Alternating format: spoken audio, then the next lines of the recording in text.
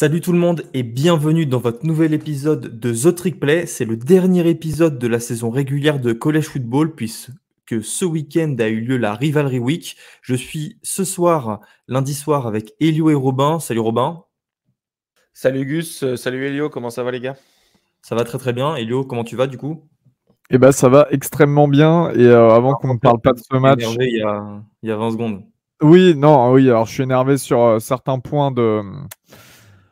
Bref, je suis énervé sur certains points des matchs du week-end, mais quand même, parce que je sais qu'on va zapper cette info et d'en parler, moi je tiens à le dire. Le meilleur passeur de la Big Ten a cassé le record ce week-end et c'est Tolia Tagovailoa avec 11 256 yards qui devient le meilleur passeur de l'histoire de la Big Ten. Donc voilà, je voulais rendre hommage quand même à Tolia qui a fait énormément de bien à Maryland. C'est assez particulier pour moi de dire ça sur mon programme, et surtout à propos d'un quarterback qui n'est pas forcément. On n'a pas eu de grand depuis Boomer Esiason dans les années 80. Donc voilà, grosse dédicace à Tolia qui a cassé ce record.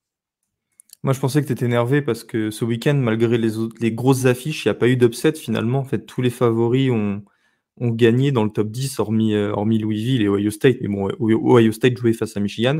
C'est peut-être ce qu'il a manqué, voilà, un gros upset ce samedi. Je pense peut-être à Alabama-Auburn, l'Iron Bowl, mais on aura le temps d'y revenir d'ailleurs très très rapidement puisque c'est le deuxième match de notre programme.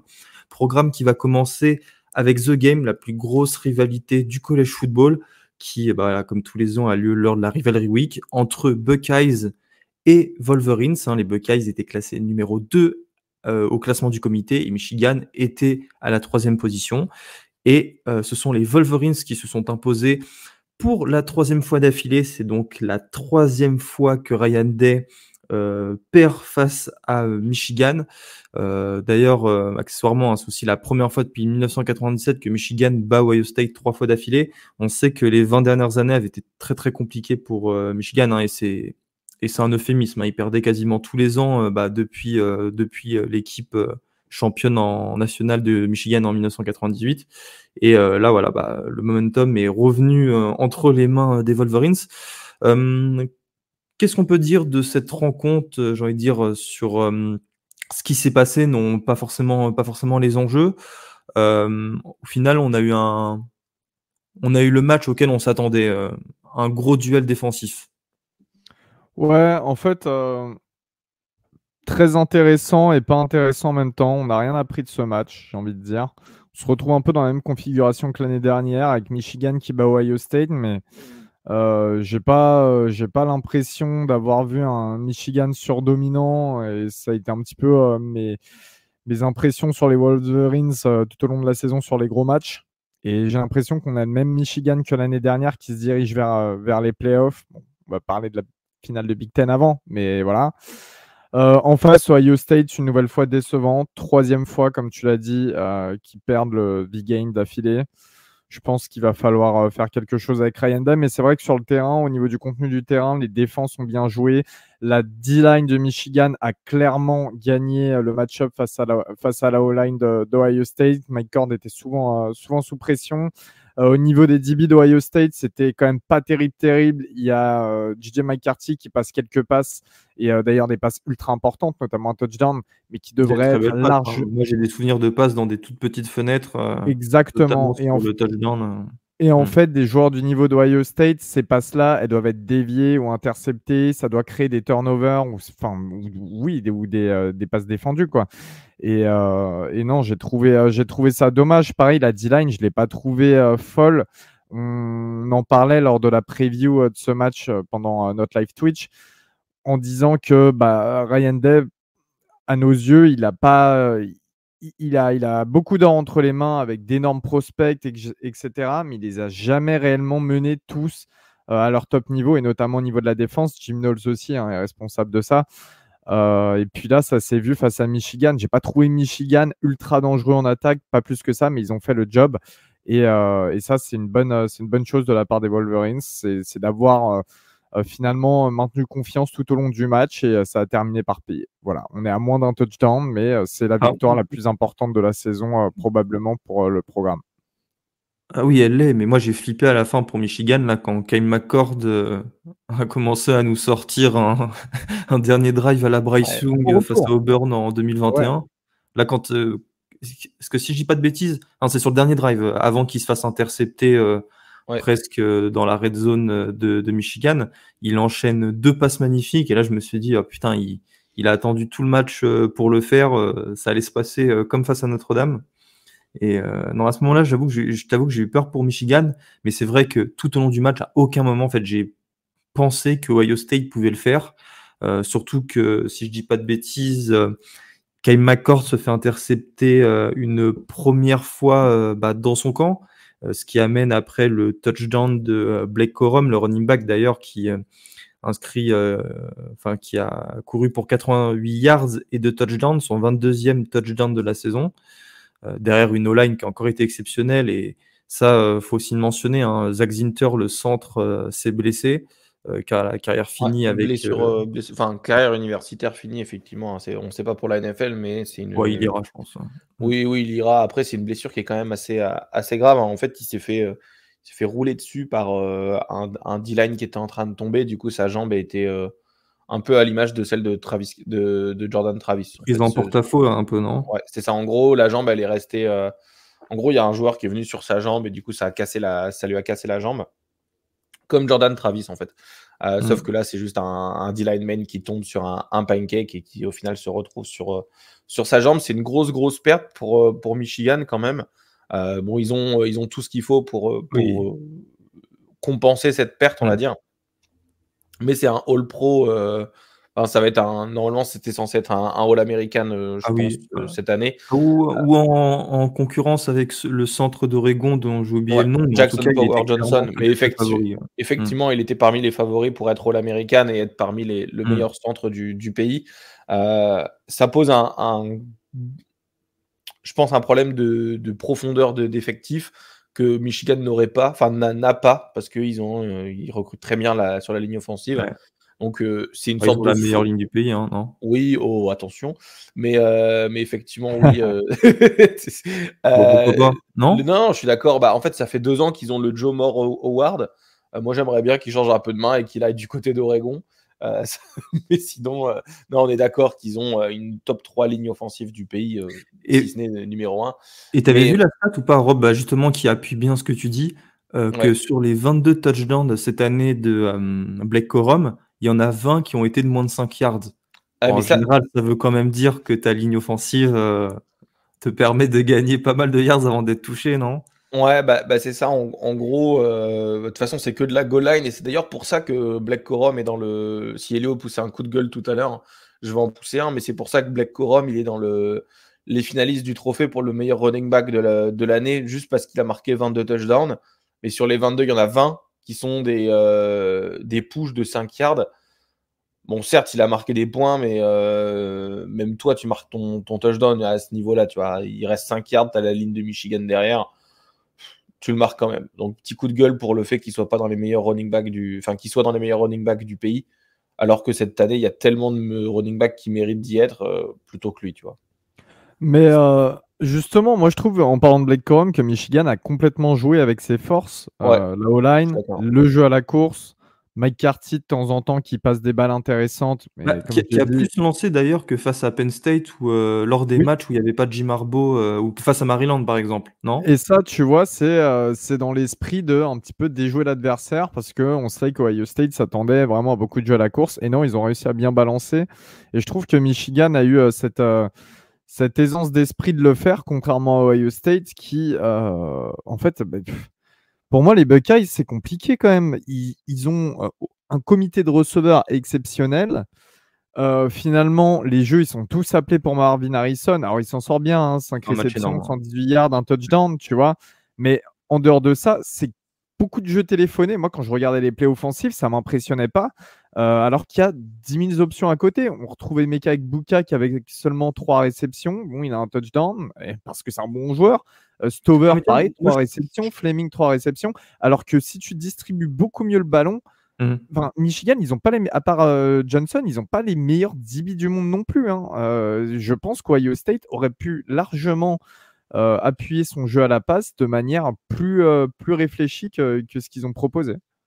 Bah, après, je comprends la frivolité d'Ohio State justement à lancer beaucoup le ballon, bien que Cam McCord ait fait 30 passes, parce que dès le début du match, en fait, il a été intercepté une première fois, plusieurs fois, c'est pas passé loin. Et puis, tu vois, quand il y a Will Johnson et Mike Sandry-Steele en face en safety, moi, je comprends que tu as un petit peu peur, voilà, de t'ouvrir face à une défense qui est capable de faire des turnovers. Et on sait à quel point, enfin, après, c'est compliqué d'aller gagner du terrain, d'aller enchaîner les first down, pardon, pour aller marquer. Oui, on aurait pu attendre plus d'Ohio des jeux State, mais téléphonés, c'est ça qui m'énerve. C'est même pas le fait de ne pas prendre de risques, etc. Évidemment, ouais, tu mais vas pas c'est pour lancer ça deep qu'il- avec deux safety comme ça, mais c'est que des jeux téléphonés. Et c'est là où Michigan s'est largement adapté à la situation. Et on Bah, le voit. d'ailleurs, Michigan il y a eu aussi un trick play avec Donovan Edwards Ouais. qui a fait une Ouais. passe. Qui a fait une passe. Mais moi, je pense que tu as raison, Michigan, ils se sont bien adaptés à la situation. Et la clé du match, elle était simple. Le QB play de McCord, il était moyen à part le dernier drive, hein, on va pas se mentir. 2 interceptions, dont une qui est vraiment pas jolie. Et surtout, bah, je pense que les décisions n'étaient pas fondamentalement incroyables. Mais au-delà de ça, c'est que Michigan a été très à l'aise en 3e et 4e tentative. Donc Michigan, cette semaine, c'est 4 tentatives, enfin c'est 3 quatrièmes tentatives qui sont converties. C'est vrai qu'ils ont tout tenté, ouais. Et donc je pense qu'ils ont été à l'aise dans ces situations en 4e, alors que Ohio State a choisi de punter. Par contre, l'efficacité en 3e tentative à 4 sur 9 pour Ohio State, elle est plutôt correcte. Michigan, c'est 3 sur 12. Hein, ils ont un peu moins de first down, mais ils ont eu le big play justement de 80 yards là, pour Corum, ou je ne sais plus qui là qui a mis un gros big play. Et du coup, au final, je pense que Michigan gagne le match sur des petites choses, notamment les 4e convertis et de l'autre côté, le QB play de McCord qui était pas forcément pas forcément au niveau d'un match comme The Game. Et c'est les 2 turnovers qui font perdre le match, hein, évidemment. Non, moi je dirais que c'est le premier turnover qui fait perdre le match et le deuxième qui l'empêche de gagner. Oui, ouais, on peut dire ça comme ça, effectivement. Du coup, Michigan ira en playoff. Bon, on peut quasiment l'ancrer parce que tu te qualifies en finale de Big Ten la semaine prochaine à Indianapolis face à Iowa. J'aime beaucoup Iowa, mais voilà, ça va faire comme l'an dernier, il va y avoir 45-0. Donc, on peut déjà réserver une place en playoff pour les Wolverines. Pour Ohio State, ça va être compliqué, ça va dépendre de beaucoup de circonstances. Il faudrait vraiment que ce soit le chaos lors des finales de conférence, mais ça tombe bien, et c'est pour ça que là, le week-end qui arrive va être très intéressant. C'est qu'il y a plein de finales de conférence avec des enjeux mais vraiment gigantesques pour les playoffs. Et ça, voilà, ça va être un casse-tête pour le comité. Vous devez voir des tweets de scénarios improbables où, par exemple, Michigan perd face à Iowa, Alabama bat Georgia, Florida State perd face à Louisville, Washington perd face à Oregon. Mais qui mettre dans les 4 si toutes ces équipes perdent? Enfin, voilà, ça donne une multitude de scénarios hyper intéressants. Nous, on va passer en sec avec l'Iron Bowl. Gus, excuse-moi de t'interrompre. Juste, je vais terminer quand même là-dessus. Ryan Day, les Buckeyes, virez-le. Ça y est, virez-le. À chaque fois, il nous fait des interviews, il se la pète, où il fait un petit peu le mec, le Calimero, etc. Machin, mais il arrive. Enfin, Ohio State, ça fait plusieurs saisons qu'ils ont une équipe de malades mentaux, qu'il n'a jamais réussi à atteindre la finale nationale, qu'il n'a jamais. Il y va en 2020 quand même. Il y va en 2020, mais il y va en 2020, c'était pas, c'était déjà Ryan Day? Ah oui, ouais, mais l'année Covid. Face à Alabama de Mac Jones et Devonta Smith. Oui, ouais, l'année Covid. Depuis, c'est la dégringolade. Il y a 3 V-games perdus. Il n'y a plus d'apparition en finale nationale. Enfin, il faut vous rendre compte quand même que les Buckeyes, l'équipe, le roster, il doit y avoir 2 autres équipes dans le pays qui ont un roster assez similaire. Sinon, il n'y a personne d'autre. Et voilà. Je trouve ça dommage parce que c'était l'année où leur défense était quand même très très bonne. En fait, il leur a manqué d'un d'un grand quarterback comme ils ont eu les Il années leur a précédentes. manqué d'une avec progression aussi en Gibbs défense. Il leur a manqué d'atteindre leur potentiel en défense. et CJ Stroud. Donc Ryan Day, un bilan de 56 victoires et 7 défaites avec Ohio State. 40-0 en Big Ten, c'est-à-dire qu'il a jamais perdu un match de Big Ten autre que face à Michigan. Hein. Donc voilà, il est en 43, les 3 défaites face à Michigan. Et après, c'est défaite en finale et défaite en demi-finale de playoff ou en bowl du Nouvel An. C'est sur ces matchs que Ryan Day, qu'un entraîneur d'Ohio State, est jugé. Certes, quand tu regardes les stats, c'est très bon, mais voilà, je pense qu'il y a un... Moi, je pense qu'il restera le coach des Buckeyes, mais ça doit réfléchir un petit peu au département athlétique.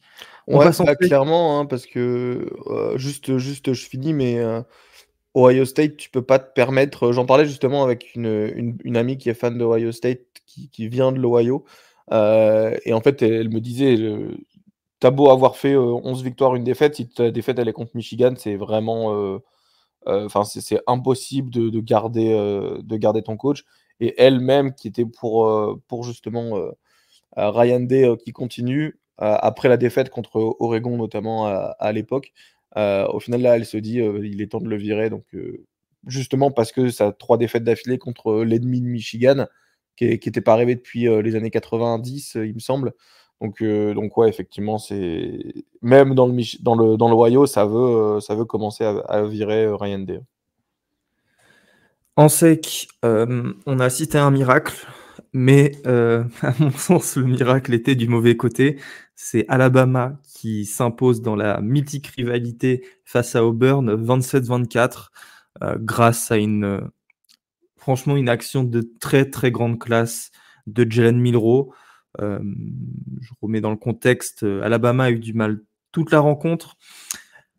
Fin du troisième quart-temps, les Tigers, qui avaient perdu la semaine dernière face à New Mexico State à domicile de plus de 20 points, passent devant au score grâce à un touchdown de Javario Johnson sur une passe de Peyton Thorne, l'ancien de Michigan State, dont on aura aussi l'occasion d'en parler. Puis un field goal début du quatrième quart-temps. On arrive dans la dernière minute du match. Alabama est mené 24-20. C'est une 4e et 31. Justement sur la ligne des 30 yards d'Auburn, et Jalen Milroe nous sort voilà, cette passe magnifique qui arrive dans les mains d'Isaiah Bond dans le coin de la end zone, une passe vraiment mais somptueuse qui permet au Crimson Tide de l'emporter, d'éviter un upset qui les aurait privés de College Football Playoff, bien que ce soit pas encore fait. Et sinon, c'était pas la plus belle, l'action la plus, peut-être pas la plus importante parce qu'Alabama n'est pas assuré d'être en playoff, mais est-ce que c'est pas la plus belle action de l'année? Si, non, mais la plus importante plus belle action, de l'année, non, de l'année peut-être pas, mais du week-end. De l'année pour Alabama, oui. De l'année Oui. en action pure et dure, non. Ouais. Parce qu'au final, le defensive play, il est catastrophique de Auburn. Ah, tu retiens le... Ok. Ah, Vas-y, mais aussi, voilà, quand je disais que j'étais énervé tout à l'heure, Robin, vas-y, c'est exactement. Non, mais alors, ce que je très dis, très bien. en partie. T'es en 4 et 31. T'es en 4 et 31. Certes, tu mets de la pression avec seulement 2 gars. Pourquoi tu mets un spy déjà? Du coup, t'as deux rushers. T'as un linebacker qui reste pour spy au cas où Milroe va courir. T'es pas en train de me dire que Milroe va faire 31 yards. Il doit avoir pour un arriver, touchdown. c'est ça, pour arriver en fait jusqu'à la end zone. Genre, Ouais. soit tu le fais mettre de la pression, soit tu le mets dans le fond. T'en fais rusher 2 et t'en mets 9 derrière. T'en mets pas un au milieu du terrain qui est en mode ah bah si jamais Milroe il court pour 31 yards, nous on n'aura pas le temps d'avoir la défense qui ravance un peu. Même s'il plaque à 2 yards de la end zone, c'est fini, il gagne Oui, pas. mais c'est ça, en fait, surtout un s'il play passe, dégueulasse s'il pour passe la défendre. ligne de scrimmage, il peut pas lancer le ballon en fait. Donc, Non mais c'est ça. Genre ouais. mets pas un spy. Tu Mm. mets un spy au cas où il allait partir de l'autre côté. Bah, en fait, il y avait que 2 rushers. On s'en fout de ton spy. Même s'il s'en va, qu'il va courir, il y a 31 yards à faire. Tu vas pas me dire que la défense, elle a pas assez de temps pour aller faire le plaquage, même à 2 yards de la end zone. Au-delà de ça, du coup, tu as un joueur qui est inutile au milieu du terrain. On ne sait pas pourquoi il est là. Ensuite, la balle est lancée sur un 1 contre 1. C'est-à-dire que si on fait le compte, il y a 11 joueurs sur un terrain de football, 2 qui rush, un spy, on ne sait pas pourquoi il est là. Bref, il reste 8 joueurs dans la end zone. 8 joueurs dans la end zone. Jalen Milroe, il lance une fade sur un 1 contre 1. Un 1 contre 1. Il y a 8 joueurs dans la end zone. sachant qu'il y en a 5 sur la ligne offensive de Alabama. Et je précise que c'est le meilleur receveur de Bama cette saison, hein, Isaiah Bond. Isaiah Bond, c'est le meilleur receveur de Bama cette année. Du coup, tu as 6 joueurs qui sont derrière la ligne de scrimmage, hein, les 5 linemen plus Jalen Milroe. Ça veut dire qu'il te reste 5 joueurs dans la end zone. 5 joueurs pour 8. Les comptes ne sont pas bons, monsieur. Impossible de laisser ça. Du coup, tu as un contre 1 qui arrive, on ne sait pas d'où, sur la sideline, et le 1 contre 1, il est lancé, ça balance pour tes 31 yards. Tu as 3 autres mecs qui sont autour et qui regardent. Là, c'est DJ James, l'ancien transfert de Oregon, qui est là. Il perd son 1 contre 1. Ça arrive. Pourquoi tu as 3 autres mecs qui marchent à côté? Va le taper, je sais pas, fais quelque chose. Va l'aider, la balle est dans les airs. 31 yards dans les airs, c'est long à faire. Tu as le temps, toi qui es au milieu du terrain, de revenir sur la gauche. Enfin, sur la sideline. Il y a absolument aucune raison pour avoir un spy, aucune raison pour avoir 8 gars en défense contre 5 dans la end zone et que tu aies un 1 contre 1 quelque part sur le meilleur receveur d'Alabama. Et d'un point de vue arbitrage, puisque là on va parler de la défense catastrophique d'Auburn où avec 3 mecs qui marchent, on ne sait pas ce qu'ils foutent. D'un point de vue arbitrage, c'est une passe interférence offensive. Certes, on sait que sur les Hail Mary, sur peu importe comment tu appelles ça, dans la end zone, tu as beaucoup de gens qui se poussent. Ça, c'est OK de ne pas le voir ou de se dire, OK, bah, de toute façon, tout le monde se poussait, ils étaient à 5 autour de la balle. Là, c'est du 1 contre 1. Ton défenseur, il se fait pousser par l'attaquant. C'est une passe interférence offensive, c'est une faute. Donc, à la fois, tu as Auburn qui fait de la grosse merde en défense, en faisant une défense incompréhensible en 4-31 avant un temps mort. Enfin, après un temps mort. Ça, c'est pas comme si ça arrivait et personne n'avait le temps de s'en parler. Là, tu as le coach défensif qui a pas dit « Ah bah, qu'est-ce qu'on fait ? Oh, peut-être qu'on va, on va tous se mettre sur la balle. » Non, tu laisses un contre 1 contre le meilleur receveur. Donc déjà, Alabama, certes, ils ont gagné le match, mais c'est plutôt Auburn qui le perd à ce moment-là. Et l'arbitrage a favorisé Alabama dessus, puisque c'est une passe interférence offensive. J'en ai fini mon coup de gueule. Je suis désolé pour ça. Mais pourquoi je ne trouve que c'est pas la meilleure action de la saison? Parce que déjà, il y en a eu des super belles dans d'autres matchs. Notamment, j'en pense une à Bonix qui lance un TD across the field, vraiment de l'autre côté du terrain, qui est une super belle action pour un touchdown où il n'y a pas de faute. Donc là, il y a une faute. Ouais, mais est-ce que c'était en 4e et 31 dans la dernière minute de la seconde ou de la plus belle rivalité du college football? C'était en 2e tentative avec 10 secondes restantes sur le chrono pour la mi-temps, alors qu'il n'y avait que 7 points d'écart. Niveau contexte, ça n'a rien à voir pour moi, mais niveau difficulté, hein, ça pour le coup, je te rejoins. Niveau difficulté, c'est bien, mais le contexte, c'est très bien. Mais là, c'est une rivalité Iron Bowl ou Civil War. Bon, moi, je suis un peu biaisé, mais ça reste quand même une très belle rivalité. L'Iron Bowl. Là, on tutoie des autres cieux, quand même, avec l'Iron Bowl. Bah, en vrai, pourquoi est-ce que tu mets Iron Bowl devant? C'est juste parce qu'il y a eu des moments emblématiques. Bah, quand même. Chris Davis, la remontée de Bryce Young en 2021, tout ça, enfin, Auburn en 2010. Je peux t'en citer plein, c'est parce qu'Oregon joue Oregon State à 3h du matin. Ce que je veux dire, c'est que Auburn-Alabama, ça a souvent été un duel du top 5 et du top 10, ce qui n'a réellement en fait jamais été le cas d'Oregon State et Oregon. Mais je dis pas ça pour Oregon State, je dis juste que toi, il y a quand même un contexte qui fait que c'est une action magnifique et moi, elle m'a marqué. Moi, je mets beaucoup plus. Elle me marque parce que Auburn ne la défend pas bien. Si c'est une action où, je sais pas, Jalen Milroe, il évite 2 fois le sac, il balance la balle, que derrière tu récupères, genre il y a un bounce ou un truc comme ça. Ça, c'est une action, on va dire, légendaire, etc. Là, c'est Jalen Milroe. En 4 et 31, quand tu as sur le poids de tes épaules une peut-être qualification en playoff, que tu es dans un match, dans un contexte difficile à l'extérieur, dans une rivalité telle que celle-ci, que tout le monde te hue, que tu peux à peine entendre ton play, etc. Et que tu sors cette passe. Alors, ok, Auburn doit, et là je te rejoins totalement Robin, et j'étais énervé à cause de ça, Auburn doit stopper ce ballon 50 fois. Mais en tout cas, elle est tentée, elle est belle, et elle passe. Bah voilà, félicitations Jalen Milroe. T'as pas besoin d'être un grand quarterback. On a été habitué à Bama qui jouait sans grand quarterback. Ces dernières années, on avait peut-être un petit peu été trop spoilé vis-à-vis de ça. Mais moi, je trouve qu'il fait le boulot et que depuis le début de la saison, mine de rien, qu'on le veuille ou non, bah, Alabama n'a qu'une seule défaite face à Texas en début de saison. Texas qui est quand même très bien cette année. Et Milroe fait le boulot et encore une fois, il l'a prouvé ce week-end. Voilà. Bah, il est monté en puissance de semaine en semaine, hein. Là, il termine avec 259 yards et 2 touchdowns à la passe, plus 107 yards à la course.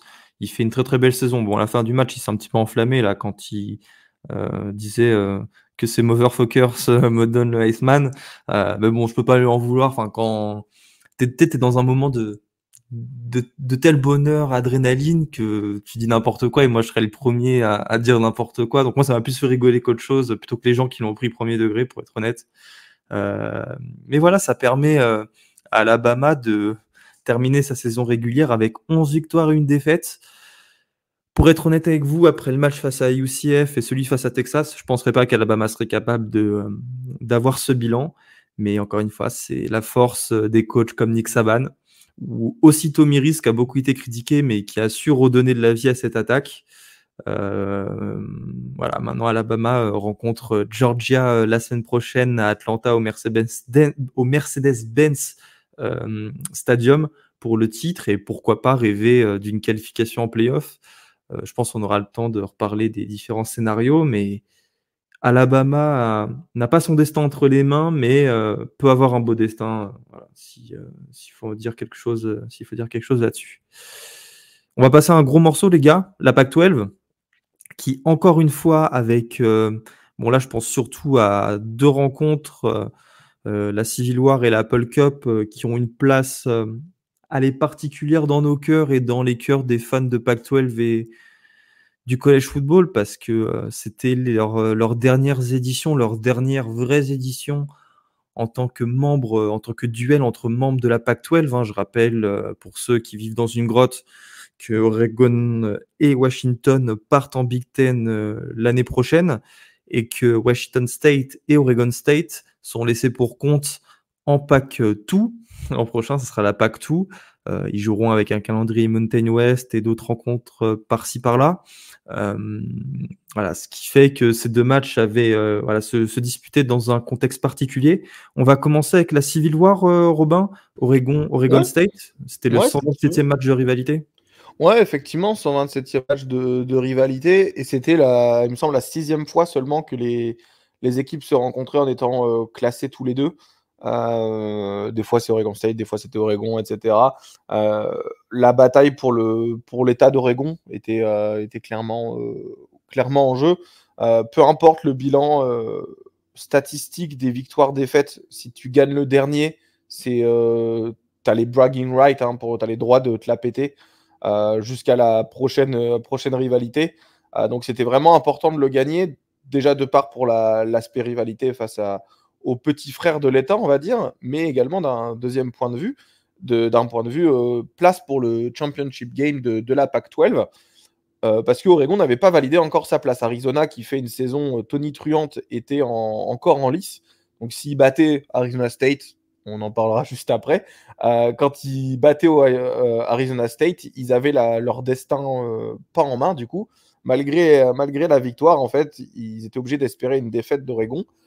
Et cette victoire d'Oregon, elle valide le ticket pour la finale de Pac-12. Et pour toujours rêver des playoffs, notamment, c'est ce qu'on disait avec Alabama, le contexte de ce match était pour à la fois continuer à rêver pour les playoffs.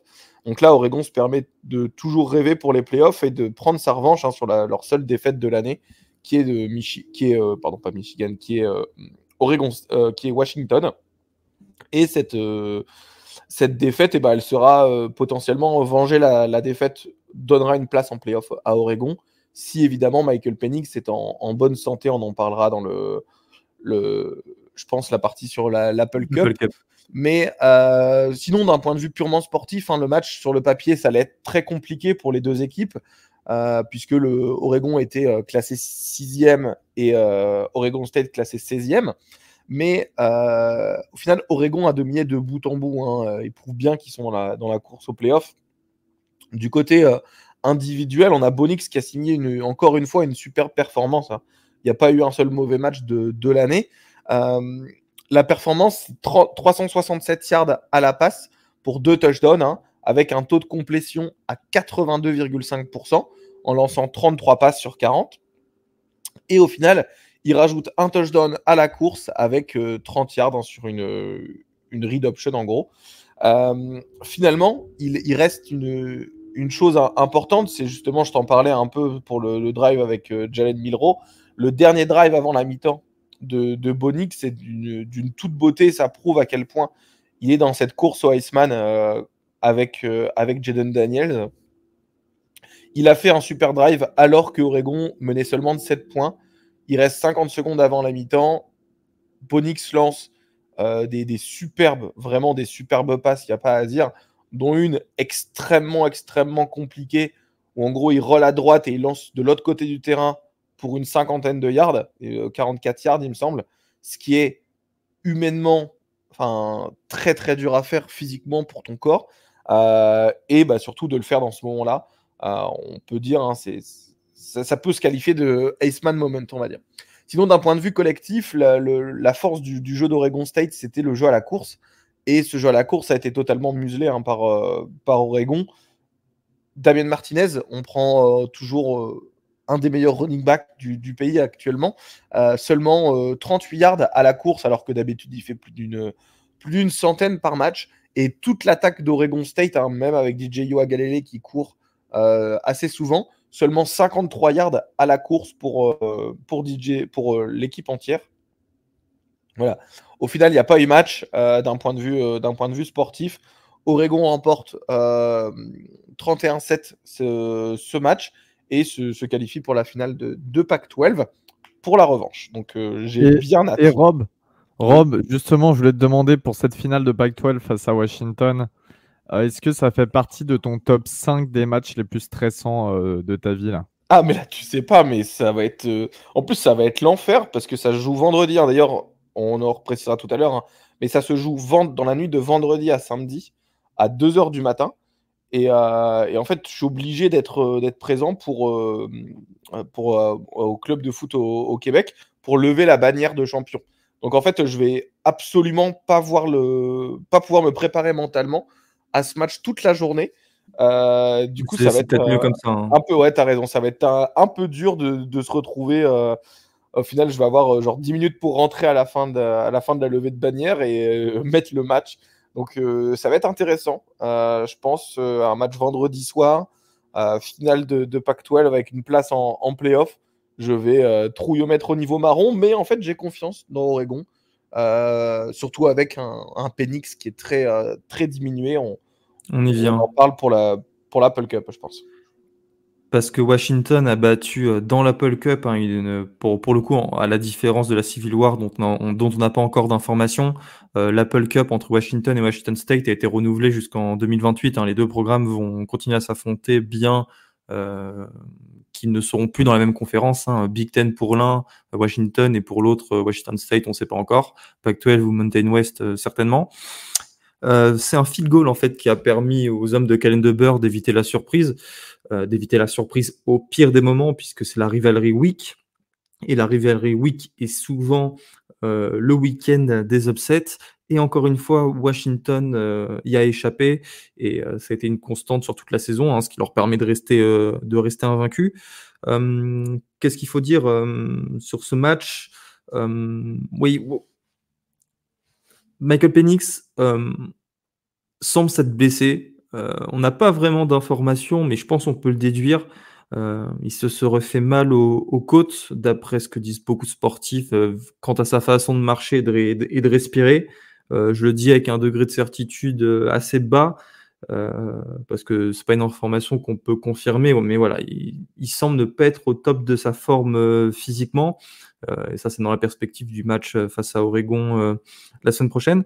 Ce qu'il faut retenir aussi, c'est que Washington devient la première équipe, et donc la dernière, puisque c'est la dernière année de la Pac-12, à terminer la saison régulière à 12 victoires et 0 défaites, donc à devenir invaincu, depuis que la Pac-12 se joue à 12. c'est-à-dire en 2011 quand Colorado et Utah sont arrivés. Et d'ailleurs, Gus, c'est également la seule équipe à avoir fait 0-12 aussi, en 2008. Et en voilà. 2008, ils ont fait 0-12. Non, mais faut dire, hein, c'est la première équipe à 12-0, mais c'est aussi la première équipe à 0-12. Donc bon. Oui, mais la première équipe à 0-12, c'était en 2008, c'était pas en 2023. Oui, non, mais il a raison de le dire. On fait de l'historique quand même. Non, par contre, Gus, excuse-moi, je vais juste revenir vite fait sur ce match. Quand même, Washington qui est inquiétant de semaine en semaine. Alors oui, c'est Washington State. Oui, Washington State a fait de beaux matchs, a de beaux éclairs, mais ils sont pas en... Et c'était leur dernière chance d'ailleurs de se qualifier pour un bowl, ce qui n'a pas été le cas. Mais il y a quand même pas mal de manques et de carences. Moi, j'en ai parlé dans la preview sur le live. Je disais que la défense de Washington, elle ne me rassurait pas. Là, ça a encore été le cas, notamment avant la réception, enfin avant la finale face à Oregon. Je suis vraiment pas confiant pour les Huskies. Je suis pas. Pas confiant dans l'optique des playoffs, mais au final, Oregon, USC, Utah, Oregon State, je suis pas hypé. Et excuse-moi, et à un moment donné, alors. Il y a ce moment qui est assez magique en attaque quand même. Washington qui est en grosse difficulté, mais qui arrive à remonter le terrain. 4e et 1. Ouais, magnifique. Et ils font cette sorte de trick play pour Kodunze finalement. C'était une play action, je crois. Hein? Je crois que c'était une play action. Non, c'est pas une play action, c'est ce qu'on appelle une reverse. Donc en gros, De Boer a dit après la fin du match, que c'était Penix qui avait l'opportunité de lui donner le ballon ou non. Dans ce cas-là, c'est une read option, pas une play action. Mais qu'est-ce que je dis? Moi, je suis enfouillé. Une read option, évidemment. Mais effectivement, en gros, c'était une read option où Penix pouvait la pitcher ou la garder. En gros, ils font une fake sneak avec une reverse pitch. Très très bon play design. Le play design en 4 et 1 est totalement parfait. Et finalement, il donne un. Ouais, on est d'accord. L'exécution avec Romeo Odunze, elle est parfaite. Et il donne la balle dans les mains du meilleur joueur de Washington cette année. Selon moi, Romeo Odunze. Et donc voilà, vraiment un super play calling. Par contre, en parlant de play calling, j'ai trouvé ça bizarre. Je sais pas si vous avez regardé, mais la fin du match, elle est bizarre. En gros, ils ont juste à marquer un field goal, mais ils tentent 2 passes dans la end zone qui sont à 2 doigts d'être interceptées. Je sais pas si vous vous rappelez, mais sur les 3 derniers jeux du match, ils font 2 passes et 2 jump balls et elles sont à 2 doigts d'être interceptées. Est-ce que vous vous souvenez de ce moment-là ? C'était pas la folie, sincèrement. Ouais, en fait, c'était bizarre de dire t'as besoin d'un field goal. En fait, c'est trop bizarre de dire t'as besoin d'un field goal. Tu lances 2 passes dans la end zone qui sont aussi à 2 doigts d'être interceptées. Donc, bizarre. Mais de toute façon, tout est bizarre. Là, cette fin de match, elle est bizarre avec justement Penix. À la fin du match, au-delà de la conférence de presse, la vidéo, elle était bizarre. En gros, il est accoudé à l'intérieur d'une sorte de boîte, en gros des boîtes qu'il y a sur le bord du terrain. Il y a quelqu'un qui le protège pour dire voilà, personne ne le touche. Et ensuite, on lui met un maillot sur la tête comme si c'était un détenu. Vraiment, c'est trop bizarre cette vidéo. On lui met un manteau sur la tête et en fait, on l'escorte entre guillemets hors du terrain. Ce qui était assez incompréhensible. Donc j'espère qu'il va bien parce que moi je veux une rivalité avec Washington qui se joue au meilleur des 2 équipes, à la fois pour une place en playoff. Pour Oregon, c'est mieux de battre une équipe de Washington qui n'est pas diminuée. Mais voilà. Ouais. J'espère que ça ira bien pour lui. Michel Fourniret-Penix Jr., le détenu. Territorial Cup, aussi encore une fois en dernière Territorial Cup version Pac-12, parce que Arizona et Arizona State rejoindront la Big 12, 12 cette fois. Et Arizona State, encore une fois, n'a pas fait dans la dentelle. C'est dans la continuité de leur seconde partie de saison, mais qui est tout juste exceptionnelle. Je ne sais pas combienième ils sont là, les people, mais ils sont sur une série déjà de 6 victoires consécutives. Washington, Oregon State, UCLA, Colorado, Utah, Arizona State. Là-dedans, il y a 4 victoires face à des équipes classées, ce qui leur permet de terminer la saison à 9 victoires et 3 défaites. Voilà, c'est tout simplement impressionnant. Et là, sur ce match-là, 59-23.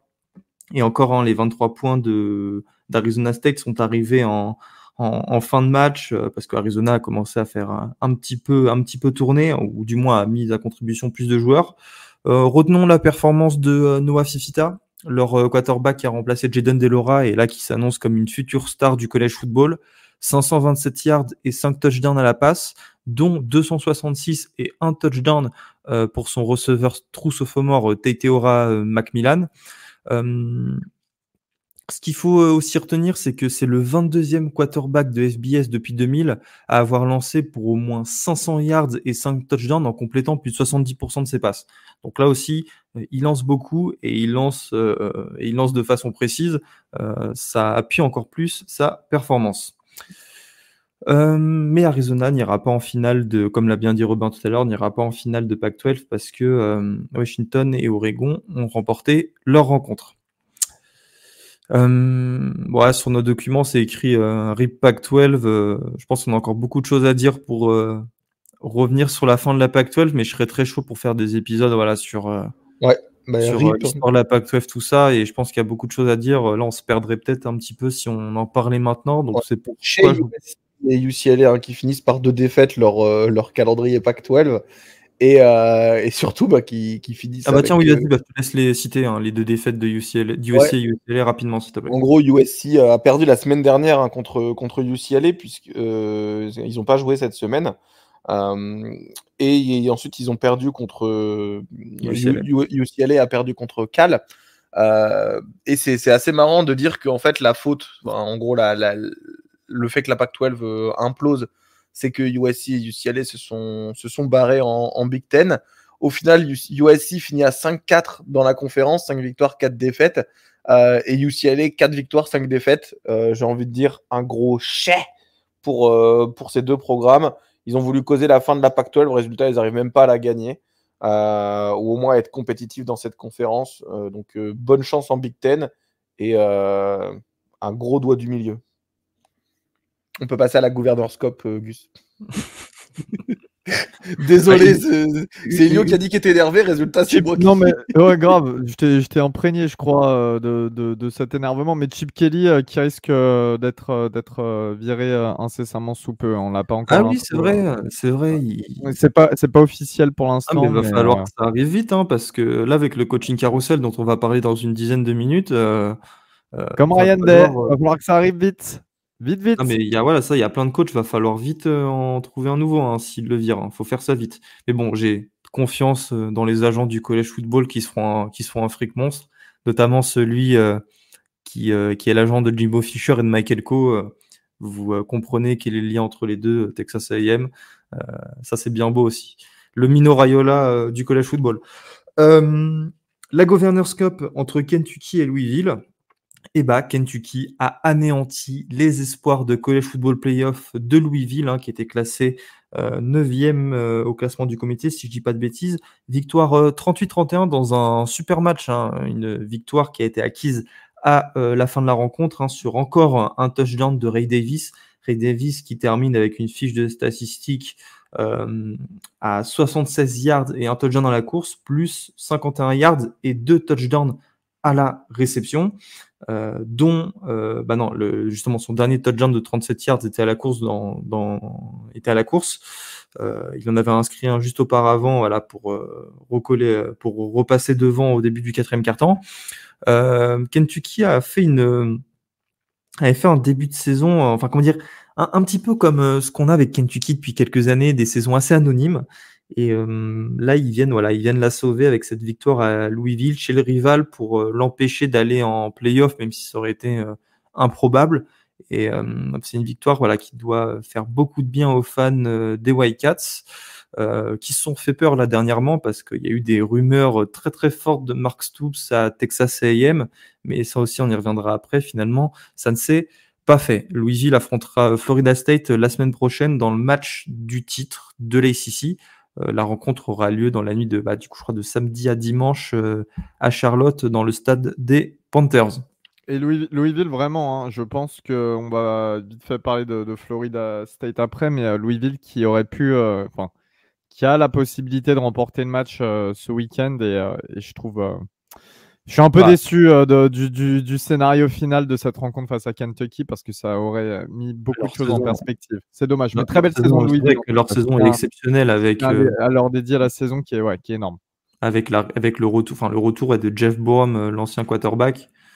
Voilà, 10 victoires et 2 défaites pour sa première saison. Ça fait un bonhomme. Le Sunshine Showdown, hein, on parlait de Florida State, et les Seminoles se sont imposés à Florida sur le score de, j'ai oublié le score, les gars, si vous pouvez me le rappeler, s'il vous plaît, sur le score de 24-15. Oui, parce que c'est vrai qu'à la fin, il y a un DB de Florida qui a décidé d'aller emplâtrer Rodemaker quand il a slidé, quand il était au Ouais, sol. Hein. débile, idiot comme Bah, de toute façon, réaction. c'est ce qui a tué Florida, c'est ce quatrième quart-temps. Hein. 50 yards de pénalité, des pénalités débiles, et aussi surtout 4 sacs concédés. Et je dirais, je sais pas si Jared Verse en a fait plusieurs, mais il me semble, Jared Verse qui sort son meilleur match de la saison, on l'a peut-être un petit peu, on l'a moins vu cette année. 2,5 sacs et 3 plaquages pour perte pour Verse. Extraordinaire. Mais je crois que les 2,5 sont justement dans ce quatrième quart-temps, donc il a été clutch au possible, et c'est ce qui a permis à Florida State, voilà, sans Jordan Travis, de remporter la rencontre. Je précise aussi que Florida jouait sans Graham Mertz, donc c'était un duel de quarterback numéro 2 entre Tate Rodemaker à Florida State et Max Brown à Florida. Le match, j'ai pas tant de choses à dire sur cette rencontre. Si ce n'est que voilà, Florida State a encore trouvé, un peu dans la même veine que Washington, a encore trouvé un moyen de gagner, ce qui fait que les Seminoles sont invaincus et qui filent en finale d'ACC avec leur destin entre les mains, ce qui leur permettrait de se qualifier en playoff en cas de victoire face aux Cardinals. On peut revenir vite fait sur Florida. Juste Florida State, pour terminer sur eux, ils ont compris en début de match que la passe, ça allait être compliqué. Ils se sont mis à jouer la course dans les moments importants. Trey Benson qui a pas sorti une feuille de stats de folie malgré 3 touchdowns, mais c'est seulement 95 yards pour 19 portées, mais il a été Bah, clutch. quand même. Et Non ils ont, oui, non, mais pour le nombre de portées, enfin bref, tu m'as compris, moi, ça me va très bien. Et en tout cas, Florida State a utilisé la course quand il fallait l'utiliser. La défense des Gators n'a pas été au rendez-vous là-dessus. Ils ont continué, je sais pas, de défendre la passe et tout. Je n'ai pas trop compris comment ils ne se sont pas adaptés. Et voilà, donc très bien réfléchi de la part des Seminoles. Moi, j'ai beaucoup apprécié ces ajustements tactiques parce que dans ce genre de match, il faut énormément d'ajustements. Hein. Ça démarrait pas forcément de la meilleure des manières pour eux. Et encore une fois, ça montre que c'est une très bonne équipe qui, malgré l'absence de son quarterback titulaire et star, peut faire le boulot et sait s'adapter. Ouais, D'ailleurs, on sait les gars si Rodemaker est blessé? non, il a rejoué après. Hein. Il a rejoué après le show. C'était pas le quarterback true freshman là, de la Bah, classe 2023? le quarterback true freshman, là, en gros, il a joué un snap le temps que le mec revienne. Il n'y a pas eu de protocole commotion. Tant mieux pour, Ce qui est quand même bizarre, hein, il était sonné, il n'y a pas eu de protocole commotion. Moi, je pense qu'il y a une petite simulation. Il y avait l'air vraiment, je sais pas si tu as vu la vidéo, mais en direct, il avait l'air vraiment sonné. Mais effectivement, après, de toute façon, Florida, tu veux une équipe de gogol, bah tu meurs par une équipe de gogol, tu vois. Enfin, c'est genre, tu veux une équipe de mecs un peu durs, un peu criminels, un peu street, bah voilà, résultat, tu passes, enfin, tu fais de la merde, quoi. Non, mais c'est pas réfléchi. Mais c'est pas réfléchi. sinon, au-delà de ça, il faut quand même féliciter Florida State, comme l'a dit Elio, parce que au final, ils arrivent à faire un très très bon match et à être là où personne ne les attendait trop après la blessure de Travis. Hein, même le comité avait un peu dit bah, on les dégage du top 4 parce qu'on sait qu'ils vont pas gagner. Donc ils prouvent qu'ils méritent leur place. Ils peuvent gagner sans Jordan Travis. Ouais, c'est très juste de dire ça et que du coup maintenant ils ont encore une chance d'y être. Ouais, c'est vrai. Ouais, c'est ça. Et globalement, surtout Florida, bon, certes cette année ils sont un peu en dessous, mais ils ont joué des énormes équipes. Donc ça prouve bien au final qu'ils ils ont de quoi, on va dire, remporter la ACC. Et il faut féliciter McNorvell et la défense. Hein. Ils ont fait un très très bon travail de préparation. Et pour être présent là où ils sont. Donc, en tout cas, bon travail de McNorvell. Et surtout, la défense Enfin, Florida State montre qu'ils sont pas unidimensionnels avec que l'attaque qui allait performer. Et puis ils ont toujours leur playmaker avec Coleman et Wilson et Trey Benson, plus une ligne offensive qui est correcte. On peut pas en dire autant de Billy Napier et Florida, là, qui viennent d'enchaîner une 5e défaite consécutive. Bon, je précise quand même, hein, les 5 défaites, les gars, c'est Georgia, Arkansas, LSU, Missouri et Florida State. C'était certainement le calendrier le plus compliqué du pays cette année ou pas loin. Mais le truc, c'est qu'avec ces 5 défaites, t'as pas réussi en fait à aller chercher cette victoire qui te qualifiait un bowl. Et maintenant, ça fait 3 saisons consécutives où Florida a un bilan négatif, c'est-à-dire avec plus de défaites que de victoires. Le tout après avoir participé à la finale de SEC face à Alabama en 2020. Voilà, c'est la première fois depuis 1947, l'après-guerre, que Florida a perdu à trois saisons consécutives, 3 saisons négatives consécutives, j'en perds mon latin. Donc Et voilà. des décommits en plus, des décommits qui sont en train de tomber alors qu'ils avaient réussi à commit des gros joueurs. On verra Après, comment ça se passe et là, j'ai vu que tu as le safety Xavier Filsem, là, le 5 étoiles, qui serait proche de Texas. Mais bon, ça reste quand même une très très grosse classe. Faut croire que. On va voir comment ça se passe là pour la classe qui arrive en fin décembre. Là, quand il y a c'est une classe commits top qui vont 5, hein, pour ceux qui ne savent pas. Actuellement, Florida a une classe top 5, hein, juste derrière Georgia, Alabama, Ohio State. Ah, je crois qu'ils sont 4e.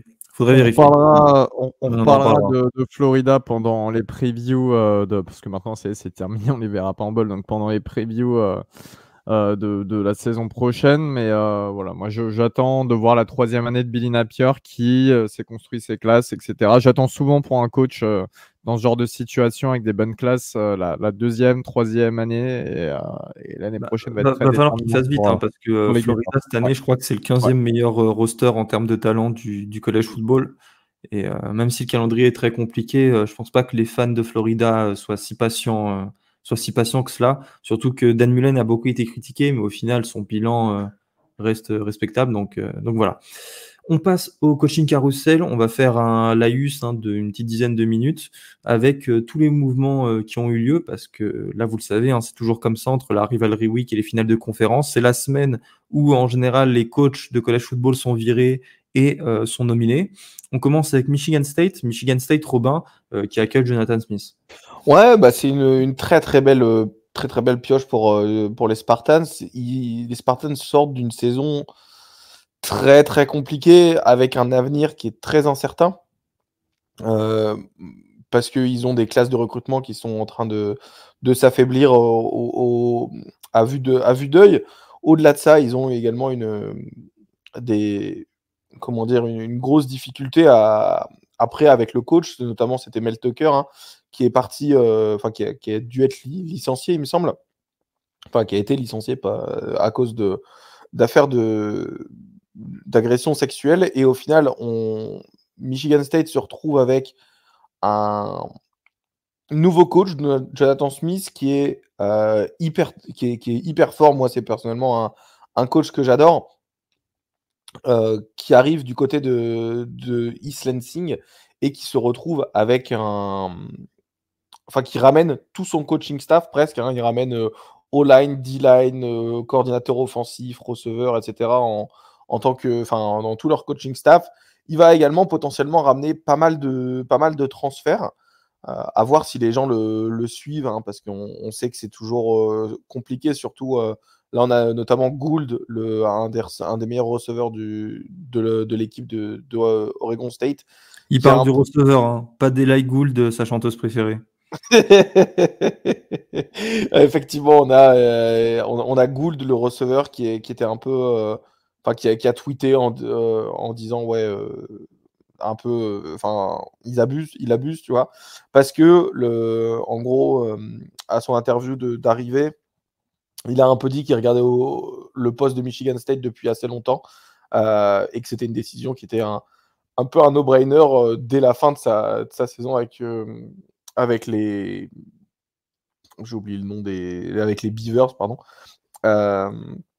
Donc voilà, Michigan State qui récupère un superbe coach avec Jonathan Smith, et Oregon State qui a abandonné Ça me fait mal au cœur de voir Jonathan Smith abandonner Oregon State, mais c'est le move de la survie pour lui.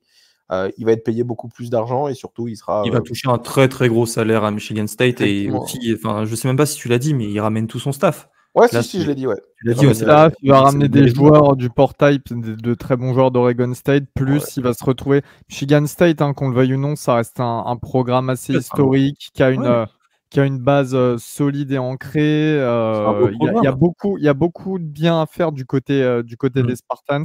Mel Tucker l'a prouvé il y a quelques saisons avant de faire tout et n'importe quoi et de se prendre pour celui qu'il n'était pas forcément, mais en tout cas. De se prendre pour Adrien Laurent. Ouais, avant de se prendre pour Adrien Laurent. Tout ça avant d'aller coacher Henry Ruggs en prison. Vraiment, après, Mel Tucker, maintenant, il va aller coacher Henry Ruggs en prison. Donc, il y aura du sacré all prison team. Elle va être sacrément costaud à jouer. Mais ouais, au final, Michigan State qui retombe un peu sur ses pieds et Oregon State qui est totalement en train de couler au fond du trou. Texas A&M, finalement, ce n'est pas Mark Stoops, le coach de Kentucky, qui arrive à College Station, mais Mike Elko, le head coach de Duke depuis 2 saisons, celui qui a fait 2 superbes saisons avec les Blue Devils, avec notamment peu de moyens si l'on compare, et c'est un euphémisme encore une fois, avec Texas A&M. Il a déjà été à Texas A&M, il était le coordinateur défensif de Jimbo Fisher entre 2018 et 2021. On aura le temps de revenir et de noter toutes ces nominations. Je pense qu'on en fera un épisode dédié. Mais c'est un choix, c'est à la fois un choix, comment dire, on s'attendait peut-être à plus de paillettes de la part de Texas A&M, mais d'un autre côté, on a envie de se dire que là, ils vont chercher un coach qui a l'air au fait, qui a fait des grandes choses, qui a prouvé à Duke qui pouvait gagner. Et moi, j'ai vraiment hâte de voir ce qu'il pourrait faire à Texas A&M. C'est un choix qui apparaît pas comme hyper sexy, mais qui peut porter ses fruits. Et moi, ça m'intéresse. Sinon, New Mexico. Il faut que les fans et les boosters de Texas A&M soit un petit peu dans la peau des fans de Washington quand Kellen DeBoer est sélectionné comme nouveau coach. C'est-à-dire accepter peut-être d'avoir des joueurs un petit peu en dessous au niveau des radars, etc., mais potentiellement un meilleur jeu.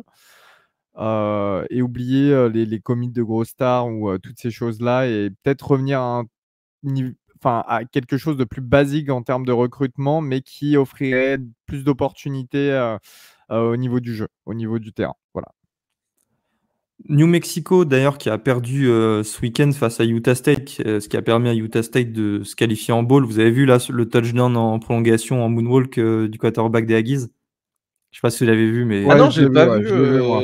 Elle est sur TTP, la vidéo? Ouais. Enfin, sur le compte Twitter? Moi, j'irai la voir. Ouais, New Mexico, et on sait à quel point c'est difficile de gagner là-bas, a viré son coach Danny Gonzalez. Syracuse aussi a viré Dino Barbers plutôt, qui était là maintenant depuis, je crois, 7 saisons. Les Oranges sont toujours en quête de son remplaçant qui a été trouvé par Mississippi State, qui a embauché Jeff Lebby. Alors Jeff Lebby, c'était le coordinateur offensif depuis 2 saisons d'Oklahoma, et avant ça, il avait fait une très très belle année à Ole Miss, ce qui lui avait valu le poste chez les Sooners.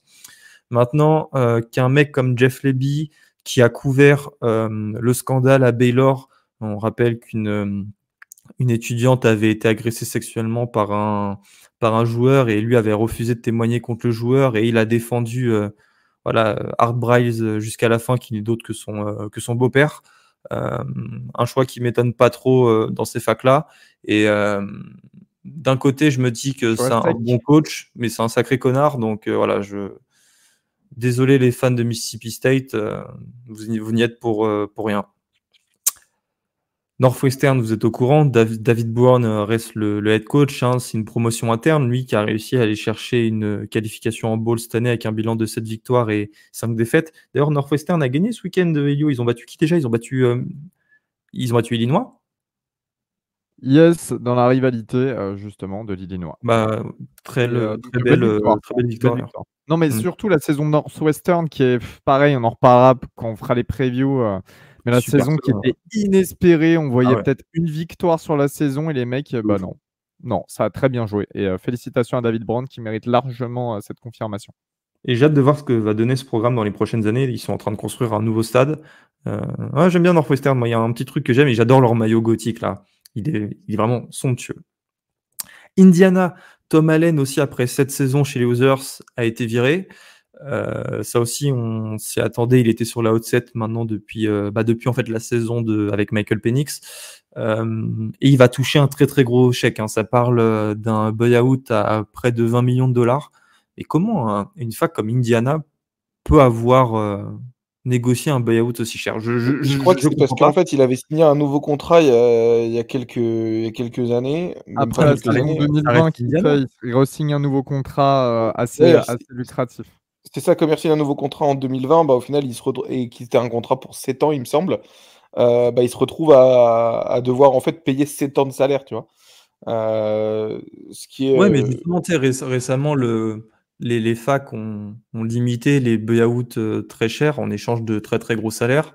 Ouais, Euh, mais au final, certainement qu'il n'y avait pas un très très gros salaire, mais comme il avait 7 ans, bah, voilà, ça a fait le jeu de ça. Mais de toute façon, je crois que c'est le buyout le plus élevé de. c'est le troisième buyout le plus Ouais, élevé de l'histoire derrière Jimbo Fisher, 75 millions de dollars cette année, et Gus Malzahn quand il a quitté Auburn pour UCF.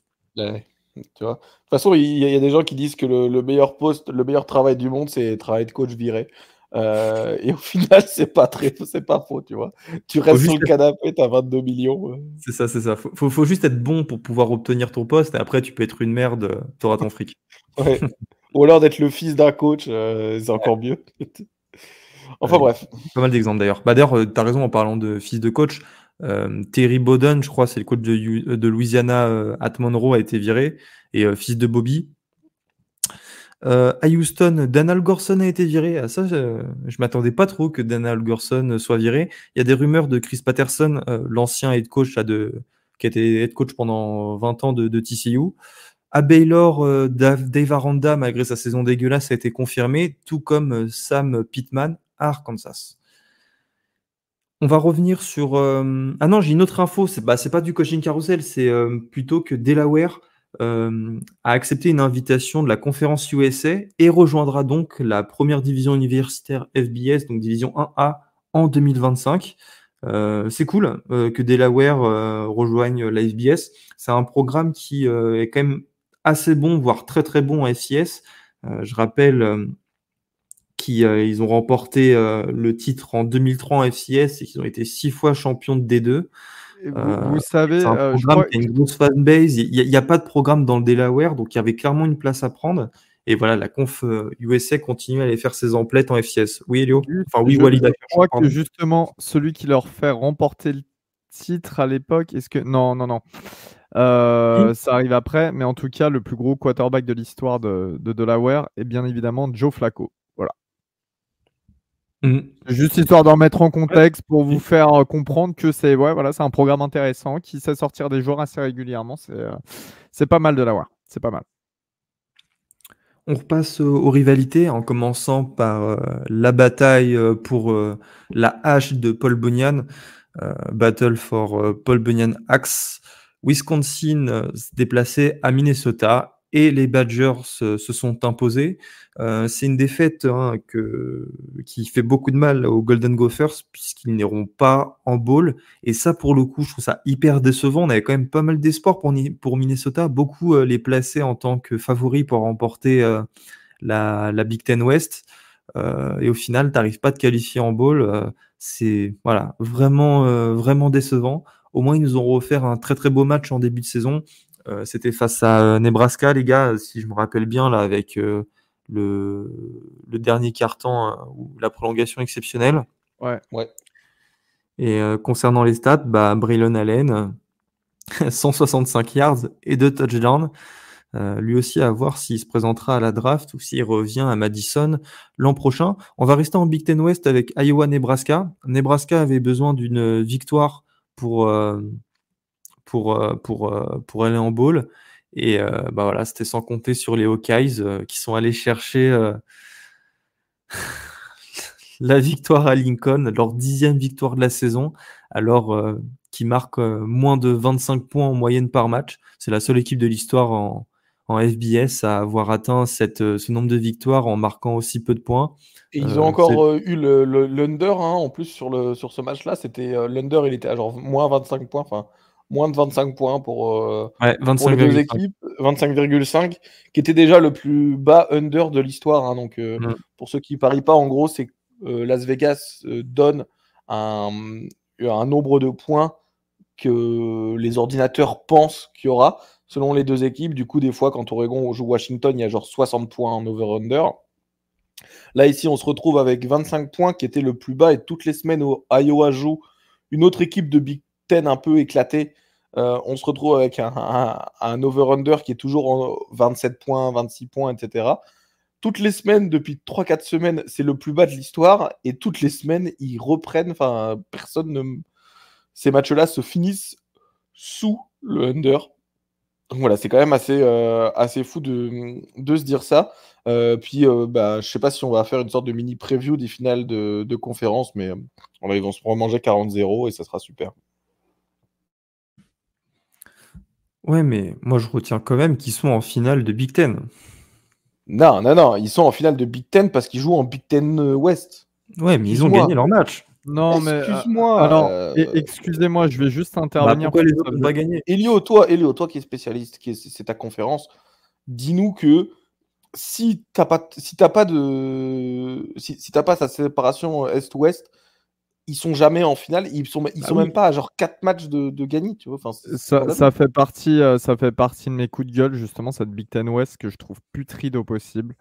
Il n'y a pas eu de beaux matchs cette année, je suis désolé. Hein. On peut kiffer le jeu à la course, les D-line, O-line, etc. Il n'y a pas de problème là-dessus. On peut kiffer des matchs défensifs, mais en fait, là, c'est même pas des matchs défensifs, c'est juste qu'il n'y a pas d'attaque. Tout simplement, dans tous ces matchs, la Big Ten West a été vraiment mauvaise. D'ailleurs, c'est pour ça qu'on retrouve Iowa, comme l'a dit Robin, sans ces divisions. Iowa n'est jamais là, mais vraiment, je suis déçu par cette Big Ten West. Encore, tu vois, il y a des programmes Wisconsin, je me fais pas de soucis pour le futur sous Luke Fickell. Matt Rhule, j'attends de voir à Nebraska. Matt Rhule, on sait que ses premières saisons, c'est toujours compliqué en college football, et après, il tourne des programmes. Mais là, je suis déçu. J'ai pris aucun plaisir cette année. PJ Fluker, c'est pareil. Est-ce que Minnesota va continuer de le garder pour garder une sorte de stabilité, mais qui n'est pas terrible? L'année prochaine, en 2024, il ne faut pas oublier que la Big Ten ne sera plus en division. Hein. Ça sera tout simplement un classement général. Enfin, ouais. Et justement, ça va mettre beaucoup de choses en perspective sur cette partie ouest. Oui, mais on verra si les anciennes, c'est ça, on verra si pour PJ Tucker et le reste, on verra si les anciennes équipes de Big Ten West justement sont vraiment en dessous. Et je pense que tu as raison. Elio, il a raison. C'est bien pour Iowa de gagner des matchs. Attends, c'est dur de gagner des matchs dans le college football, c'est bien, tout ce que tu veux. Mais quand tu te retrouves avec Iowa qui joue des Michigan State, ça marque 15 points par match, Michigan State. Ça a marqué 191 points sur 12 matchs. Mais excuse-moi, ça court à Michigan State, c'est catastrophique, on le sait. Nebraska, ça fait partie des pires attaques du pays. Minnesota, pareil. Indiana, pareil.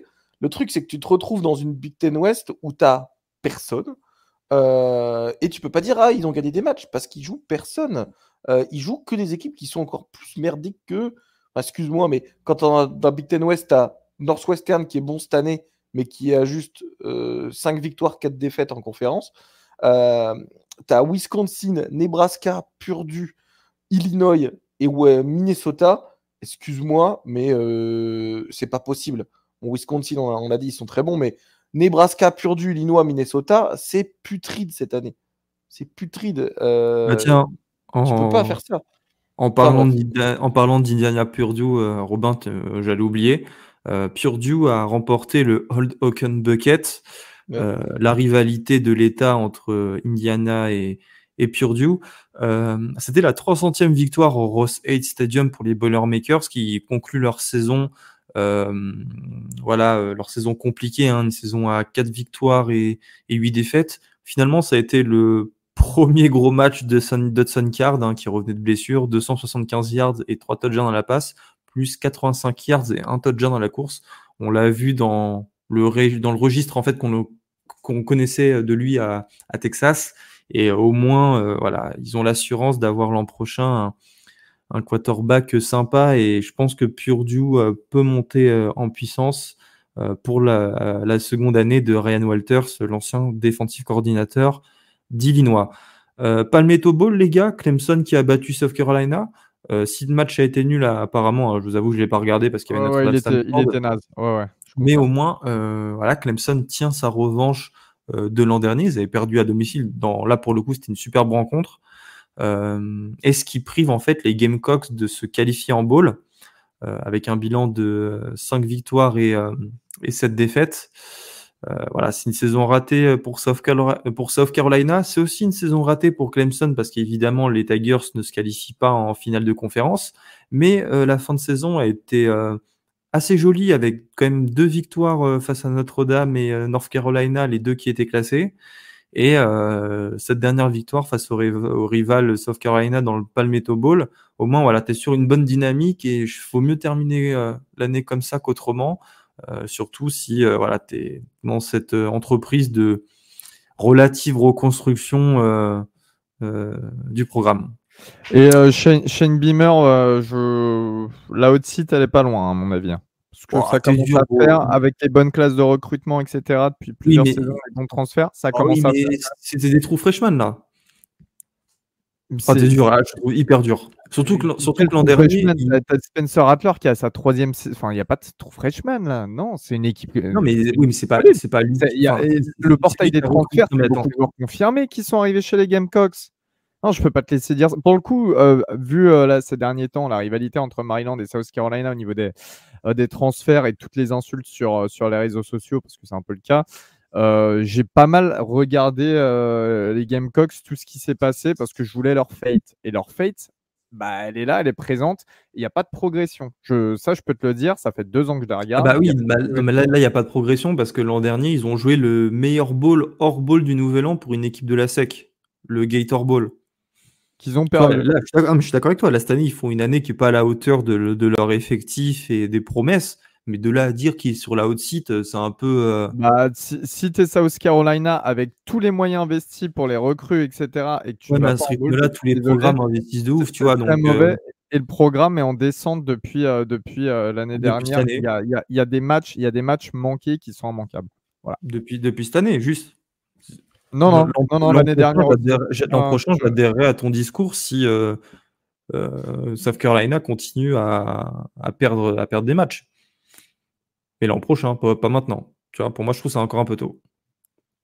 Et après, je comprends. T'aimes pas South Carolina aussi Non, moi, c'est un programme contre qui je. Non, moi, tu sais, les programmes en sec qui peuvent potentiellement monter et déstabiliser les gros, ça me dérange pas. Il y a une rivalité, mais moi, je m'en fous. Tant qu'on n'a pas de match en direct, je m'en fiche.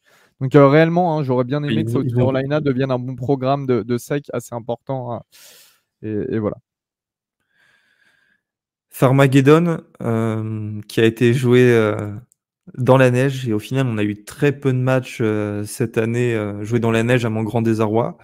Et Iowa State a battu les Wildcats de Kansas State qui étaient classés. Et au final, les gars, je crois qu'on n'a pas parlé une seule fois d'Iowa State cette année. Et pourtant, ils terminent avec 7 victoires et 5 défaites. C'est assez impressionnant. Ouais. J'y ai pensé tout à l'heure parce que j'ai regardé le résumé, j'ai pas regardé les matchs en direct. Matt Campbell reste quand même un bon coach, faut pas l'oublier. Je trouve que il y a peu de moyens du côté d'Iowa State. C'est encore des joueurs un petit peu no-name qui sortent des gros matchs. Et finalement, c'est un bon bilan dans une Big 12 qui s'est renforcée, je dirais, par rapport aux saisons précédentes. Donc, assez content, et notamment pour une victoire face à Kansas State du côté du Kansas, qui aurait pu être très compliqué. Et tu parles en plus de joueurs. Moi, je te parle là de Abou Sama, le running back true freshman des Cyclones, qui a couru pour 276 yards et 3 touchdowns sur seulement 7 portées. Et en fait, Iowa State, sur ce match, a marqué exclusivement, je dis bien exclusivement, des touchdowns sur des big plays. 71, 77, 79, 60, 33 et 82 yards. Voilà. 6 touchdowns de plus de 33 yards et les 5 sont à plus de 60. Alors que dans la saison, il me semble qu'ils n'avaient pas fait un big play de plus genre de plus de 40 yards ou quelque chose comme ça. J'avais vu la stat, parce que moi je regardais le match en direct, c'était en même temps que Florida State. Du coup, je l'avais mis en double écran et au final, la statistique a été sortie comme quoi, en gros, les 6 touchdowns sur big play, ils n'avaient même pas fait ça de la saison au total, je crois. Et donc, c'était assez fou de leur part. Et moi, les matchs dans la neige, ça me fait vraiment kiffer. Ils ont bien lancé la balle en plus. Enfin, c'était vraiment beau à voir, la neige. Le college football sous la neige, je pense qu'il n'y a pas mieux. Ah, de ouf. Et on n'a pas eu assez de matchs, je me répète, cette année sous la neige. Là, par contre, à Stanford, à Palo Alto, il n'y avait pas de neige. C'est la victoire de Notre-Dame chez le Cardinals. Je me rappelle même plus du score. Et j'ai eu la chance de me réveiller cette nuit-là parce que je me suis endormi assoupi à un moment. Victoire de Notre-Dame 56 à 23 après un début de match compliqué, ce qui permet à Notre-Dame de terminer la saison avec 9 victoires et 3 défaites. Ce qu'il faut retenir, c'est la performance d'Audric Estimé à 238 yards et 4 touchdowns, qui a touché plus de ballons que lors des autres rencontres. Ouais, il y avait un petit côté politique parce que il n'a pas été choisi parmi les semi-finalistes du Doc Walker Award, ce qui explique voilà, cette fiche de statistiques. Mais au-delà, Mais je comprends voilà, pas, parce au-delà que des stats, Corum, aussi des. il est bon, non? Il a fait 22 touchdowns, mais que des touchdowns de 20 yards, de 2 yards. Enfin bref, effectivement, c'est un scandale que Estimé ne soit pas dans les demi-finalistes de l'Award. J'appuie ça. Et voilà, là je parle juste pour ceux qui. Ah oui, tiens, je voulais en parler avec toi, Robin.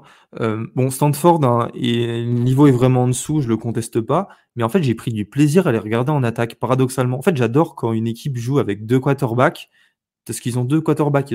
Ils en ont un qui utilise que pour lancer et un autre pour courir. Parfois, il y a les deux sur le terrain et ils nous ont eu sur une sorte de reverse, un truc trop bizarre.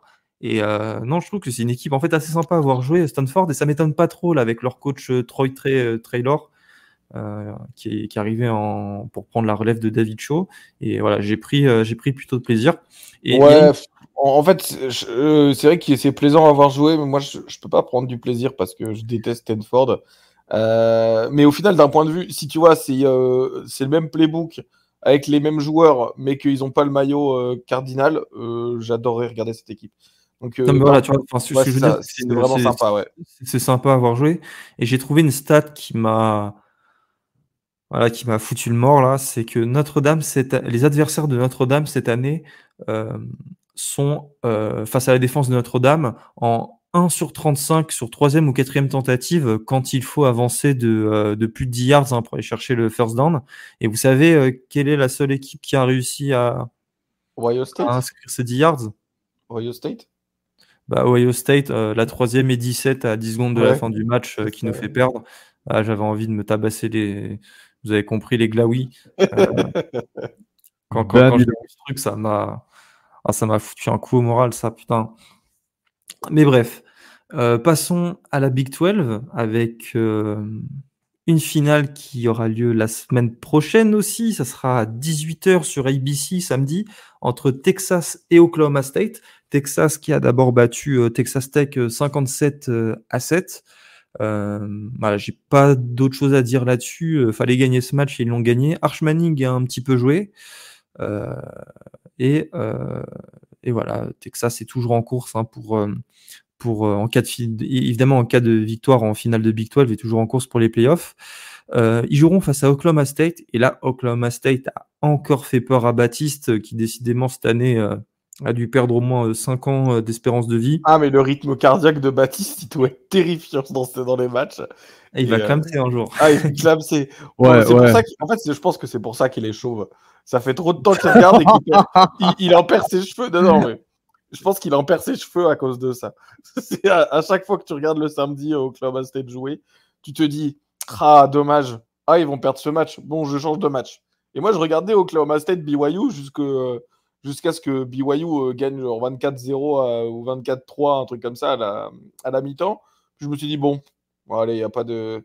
Ça sert à rien de regarder ce match. Et ensuite, je vois sur Twitter que, ah bah non, de toute façon, ils sont revenus. Et Oklahoma State, ils sont à 2 doigts de gagner. Il y avait 24-6 à la mi-temps pour BYU. Ouais. Mais tous les matchs, c'est comme ça. Donc, Houston, c'était pareil. BYU, là, exactement pareil. Et c'était un match au final, qui était assez beau à voir, puisque bon, j'ai manqué 2 cartons, quoi, en gros. La fin du deuxième et le début du troisième. Mais c'était assez plaisant à voir. Et par contre, cette finale de Big 12, je pense que Texas aura la mentalité un peu de tueur et ça va être très très compliqué. C'est pour ça que je suis un peu déçu pour Oklahoma, parce que c'est clairement pas la meilleure équipe de Big 12 qui est allée au titre. Mais bon, ils ont perdu leur match, il fallait pas le perdre. Donc, Ouais, non, mais voilà, voilà. c'est exactement comme ça qu'il faut raisonner. Si tu es la meilleure équipe mais que tu perds, et ben en fait, pourquoi tu te plains, tu vois? Enfin, c'est toujours pareil, tu perds, c'est tout. Fallait gagner. Enfin, ce que je veux dire, c'est toujours le même débat. Au final, ce qui compte, et tous les gens qui ont fait du sport le comprennent, c'est ce qui est écrit sur le tableau d'affichage, et c'est Oklahoma State qui a gagné Bedlam. Et je voulais juste revenir sur ça, Robin, aussi, la performance, encore une fois, de Ollie Gordon, le running back, hein, 166 yards et 5 touchdowns. Lui, il nous fait vraiment Avec une des vraies saison. courses. Avec des vraies courses. Hein. Il y a notamment, il marque 2 fois un touchdown, enfin une fois un touchdown, une fois conversion à 2 points, il me semble. En gros, il se fait contacter et genre 10 yards. Et ensuite, en fait, il se prend une méga boîte. Il change de côté et il va faire l'autre côté du terrain tout seul, entre guillemets, parce que tout le monde est venu sur lui à gauche et qu'il est parti à droite. C'est assez fou à voir et je pense qu'il aura mérité sa place de top 5 au Iceman. Il n'ira pas à New York, mais j'espère qu'il sera, Parce au que moins là, dans le top parce 10 ou dans le top 5. il est à 1600 yards. Oh putain, je viens de recevoir une notif, les gars. Rick Stockstill n'est plus le Ouais. coach de Middle Tennessee. Ah, Et Rick ok. Stockstill, je Ok. crois que c'était le deuxième coach qui était en place depuis depuis plus de 20 ans, juste derrière Kirk Ferentz. Donc en gros, c'était l'un des coachs Le qui plus était, emblématique, ouais, effectivement. Ah, c'est fou. Hein. qui avait passé le plus de temps à la tête voilà, d'un programme. Il a été viré. Et non, je reviens sur Ollie Gordon. Là, cette année, il est à 1600 yards à la Ouais. course, plus 20 touchdowns. Tu en rajoutes 272 et un touchdown à la passe.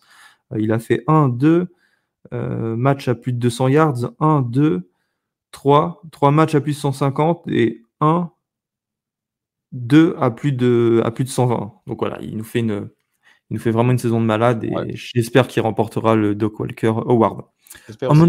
En Mountain West, il y a une situation un petit peu cocasse parce que Boise State, UNLV et San Jose State étaient à égalité, puisqu'en fait les deux équipes ne s'étaient pas affrontées lors de la saison régulière. Ce qui fait que c'est un ordinateur, hein, les ordinateurs utilisés pour le BCS Championship entre 98 et 2014, qui ont départagé ces trois-là pour choisir qui irait à Legend Stadium en finale de la Mountain West. Et ça sera finalement UNLV contre Boise State. Et je dois avouer que si en début de saison on m'avait dit que ça serait UNLV Boise State, j'aurais pas cru une seule seconde, parce que en fait le débat était tourné autour de Air Force et Wyoming. Et au final, bah, la fin de saison d'Air Force est catastrophique. Là, ils sont sur une série de 4 défaites consécutives, et plus celle de Wyoming, voilà, qui a perdu des matchs qu'il fallait pas perdre. Voilà, ce qui fait que ça sera une finale entre Rebels et Broncos qui sont sans leur coach Andy Avalos. Donc voilà, ils iront en finale avec un head coach intérimaire. Il y avait une autre rivalité aussi, une rivalité que j'adore parce que le trophée est incroyable. C'est entre Fresno State et San Diego State, le Old Oil Can. Donc en gros, un vieux baril de pétrole, si je fais la traduction. Et c'est cool parce que c'était le dernier match de Brady Hawk, le coach des Aztecs. Et voilà, pour son dernier match, bien que San Diego State soit pas bowl eligible, ils battent Fresno State, qui était sur un bilan de 8 victoires et 3 défaites, sur le score de 33-18. Donc voilà, ça c'est super cool. Et sinon, voilà, j'ai pas d'autres choses à dire sur les rencontres. Je pense qu'on peut passer sur les autres équipes qui sont allées chercher leur bowl, et après on termine sur les finales de conférence à venir, les gars. Yes. Elio, qui s'est qualifié en bowl? Je crois qu'on a tous les noms, hein, non? South Florida, ouais, qui est en bowl pour la première fois depuis le 2018. C'est une première saison pour Alex Goletch, le head coach, l'ancien offensive coordinateur de Tennessee, qui nous sort une victoire avec son équipe 48-14 pour donc aller en bowl. C'est très très bien Et notamment, d'ailleurs, c'était un beau coup de la part de UCF de l'embaucher. J'étais assez impressionné. Rice qui va aussi en bowl, ça fait plaisir. Rice qui remonte de temps en temps, sans programme, tu sais, des fois, qui est un petit peu à vague, des fois dans le creux de la vague, des fois au-dessus. Donc plutôt pas mal. Évidemment, James Madison et Jacksonville State n'y vont pas, ne peuvent pas y aller. Ils ont demandé un waiver. C'est-à-dire Alors, si, James Madison, du coup, il y va. Ah bon? Et bah, en fait, oui, il n'y a pas assez d'équipes. Le waiver. Non, mais en fait, il n'y a pas assez d'équipes à. C'est ça, les Gus. Arrête-moi si je me trompe, hein, mais. Il y a 79 équipes qualifiées à un bowl, vu qu'il y a 80. Ouais, 80 places. Et je crois que mais James Madison, en fait, attends. Il y a 82 places en bowl. Ouais. Et vu qu'il y a 80 équipes qualifiées, bah, il faut 2 places restantes. Et ces 2 places, c'est pour James Madison et Jacksonville State. Ah bah, Ouais. très bien. Ok, d'accord. En fait, c'est ça. Ils ont eu ils ont pas eu leur waiver en mode OK, s'il y a assez d'équipes, mais c'était s'il n'y a pas assez d'équipes, on te file quand même une place. D'accord, je pensais que c'était mort. Ok. Syracuse qui a battu Wake Forest ce week-end, qui va en bowl. Donc, ils avaient besoin de cette victoire pour avoir les 6 victoires. Voilà, ça a été fait. Et bon, Dino Barbers qui a quand même été viré derrière. Virginia Tech qui va en bowl, inespéré ça. Hommage aux Hokies qui étaient très mal embarqués en début de saison. Donc voilà, pareil, petit bowl. Et UCF qui arrive à aller en bowl avec une victoire 27-13 face à Houston. UCF, c'est leur première saison en Big 12. Donc là, pareil, chapeau pour la bande à Gus Malzahn. Ils ont commencé avec un bilan de 3-0 cette année. Ils ont perdu 5 matchs derrière d'affilée. Et ils terminent l'année avec un bilan de 3 victoires pour une défaite. Donc voilà, je trouve que UCF continue un petit peu de montrer que c'est une bonne équipe. Il y avait eu du bon recrutement. Je pense que ça va aussi pousser ce bowl vers cette direction, le fait d'être en Big 12, etc. J'aime bien la manière dont le programme est construit par Malzahn et hâte de voir ce que ça va donner cette année. Donc en décembre, fin décembre. Gus, les finales de conférence du week-end, comme ça tout le monde est au courant. Et ensuite, on peut commencer avec les finales du Power 5. Ah bah ok, je l'ai fait. Ok, pas de souci. Ça commence dès vendredi soir, évidemment, avec ce Washington-Oregon en Pac-12 à 2h du matin, donc dans la nuit de vendredi à samedi, du côté de la Legion Stadium de Las Vegas. Robin, on l'a dit, va avoir son cœur qui va battre à 10 000 à l'heure. Et d'ailleurs, ce sera bien parce que le lendemain, on a le live Twitch à 17h, on pourra en discuter de ce match. Et voilà, donc il va se passer beaucoup de choses. On discutera de notre place en playoff. Parce qu'on on arrive pour l'heure. D'ailleurs, la ligne, je pense que Vegas a très bien compris que Michael Penix était blessé, hein, malgré qu'il y a une grosse langue de bois autour du programme, autour de cette blessure au niveau du programme de Washington. Mais la ligne, elle est à -9 pour Oregon, donc Oregon est favori de 9 points. Alors que quand ça s'est joué à Washington, Washington était favori de 3 points. Donc il y a eu un gros revirement, hein, terrain neutre déjà de 1. Et surtout, une grosse partie de la blessure, hein, qui amène 7 points. Donc voilà, un Oregon à +9 en tant que favori. Oregon a toujours, entre guillemets, donné satisfaction à Vegas en termes de toutes les prédictions que Vegas avait faites. Ils les ont fait, à part contre USC où ils n'ont pas cover le spread parce qu'ils sont pris des touchdowns en fin de match, mais au final, il y avait... s'ils n'avaient pas juste arrêté de défendre, bah, ils auraient eu ça. Donc peut-être qu'Oregon ne fera pas mentir Vegas pour toute une année. Et j'espère en tout cas, Oregon à +9, moi je prends tous les jours. On a la finale de Big 12 du côté de Dallas, d'Arlington, l'AT&T Stadium, entre Texas et Oklahoma State. Texas qui est donné vainqueur de 2 touchdowns, il me semble, 14 points si je ne dis pas de bêtises. À 18h ce samedi, excusez-moi, je ne l'ai pas dit, c'est à 18h ce samedi. Enchaîné à 22h du Georgia-Alabama pour la finale de SEC du côté du Mercedes-Benz Stadium d'Atlanta. J'ai pas vu la ligne pour celui-ci, ça doit être Georgia qui est donné favori. La Big Ten, dans la nuit de samedi à dimanche, 2h du matin, du côté d'Indianapolis, dans le stade des Colts, le Lucas Oil Stadium, Michigan qui affronte Iowa. Et en même temps, on aura à la même heure, 2h du matin, Florida State qui affronte Louisville du côté de Charlotte pour la finale d'ACC. Gus, je te laisse les finales du Group of Five. En American Athletic Conference, grâce à la victoire de Tulane ce week-end, la Green Wave accueillera à 22h du coup, en même temps que la finale de la SEC samedi, SMU qui sort d'une très très grosse saison. En Sunbelt, aussi à 22h à cette même horaire, Troy contre Appalachian State. D'ailleurs, j'en profite pour remplacer une sur la Sunbelt, qui est l'équipe qui a le plus, qui est la conférence qui a le plus d'équipes qualifiées en bowl, avec 11 programmes, donc c'est la plus représentée. En Mountain West, là, ça sera le samedi à 21h à Las Vegas entre Boise State et UNLV, on en a déjà parlé. La conférence USA, ce sera dans la nuit de vendredi à samedi à 1h du matin entre Liberty et New Mexico State. New Mexico State, c'est vraiment cool. Et pour la MAC, ce sera samedi à 18h entre Miami at Ohio et Toledo, qui est sur une énorme saison. Donc voilà, à boire et à manger ce samedi. Et ça sera toujours à suivre sur The Trick Play. On va passer au MVP. Moi, j'ai mon MVP offensif de la semaine, c'est Noah Fifita, voilà, le quarterback d'Arizona State, plus de 500 yards, à plus de 70% de passes complétées et 5 touchdowns.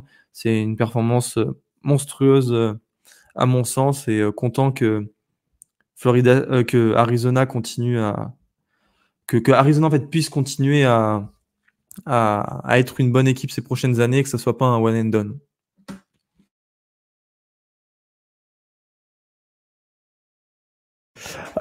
Pour moi, mon MVP, ça va être Abu Sama, le running back d'Iowa State, qui remporte, qui gagne à lui tout seul un match assez tendu à l'extérieur, sous la neige. C'est jamais facile de courir et d'avoir des bons appuis dans ce genre de conditions climatiques. 276 yards, 3 touchdowns.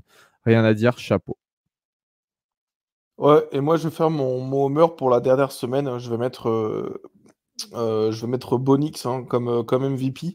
367 yards, 82% de passes complétées, 2 touchdowns à la passe, 1 à la course, face à la défense d'Oregon State, qui est statistiquement dans le top 20 des défenses il me semble, avant ce match, qui était dans le top 20 des défenses du pays. Oregon State qui a toujours perdu ses matchs de moins de 3 points cette saison. Notamment, voilà, ils perdent contre Washington State de 3 points, contre Arizona de 3 points, contre Washington de 2 points, et là, ils se prennent 25 points d'écart. Donc voilà, je pense que Bonix a bien roulé sur Oregon State, comme peu de QB l'ont fait. Une grosse compétition et des belles statistiques avec un match parfaitement mené. On va pouvoir le mettre en MVP de la semaine. Sur ces belles paroles, 1 minute presque 33 d'épisode.